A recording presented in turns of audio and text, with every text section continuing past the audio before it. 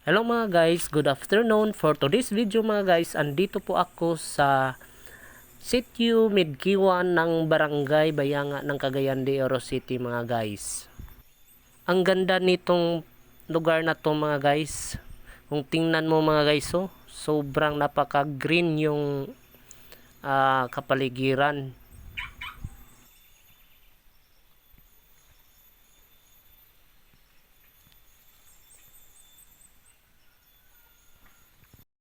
Samahan niyo po ako sa aking lakad sa aking pasyal po para makita niyo po ang napakagandang kapaligiran na sobrang ganda at saka sobrang tahimik at saka sobrang presko po ng simoy ng hangin.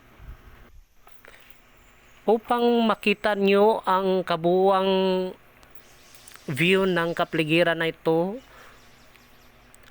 samahan nyo po ako hanggang sa dulo ng aking video.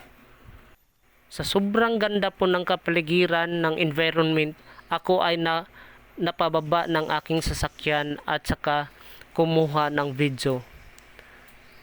Tara mga guys, samahan nyo po ako sa aking lakad.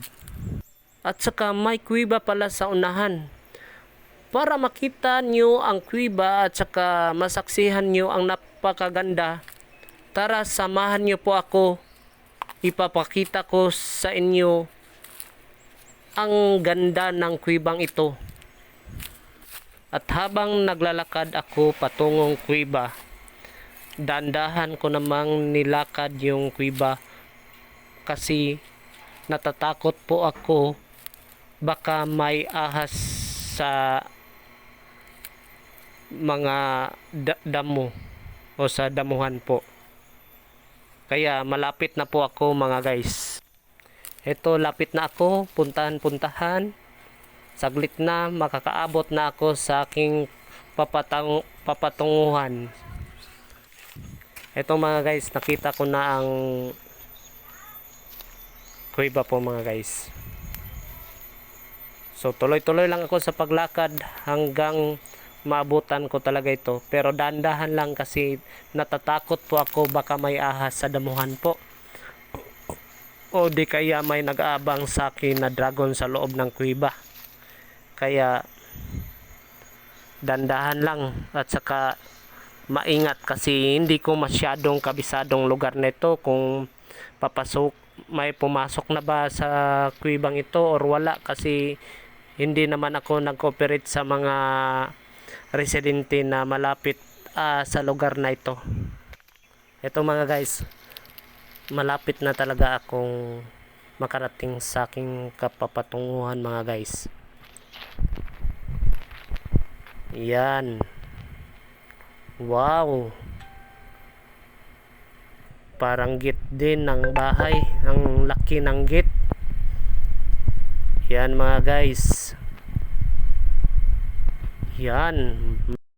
Mga guys, malapit na ako. Kaya dali, samahan nyo po ako. Palapit na ako. So, lakad-lakad ng kunti. Kunti na lang. Ito mga dito na po ako. Gusto ko sanang pumasok mga guys, pero kaso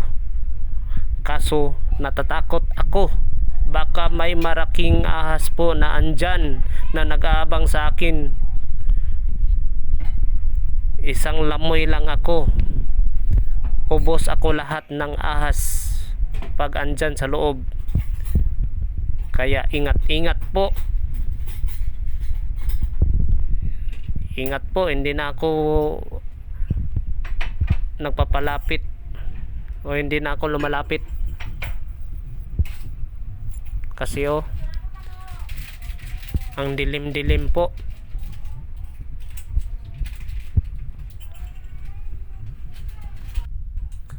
Sobrang ganda po mga guys.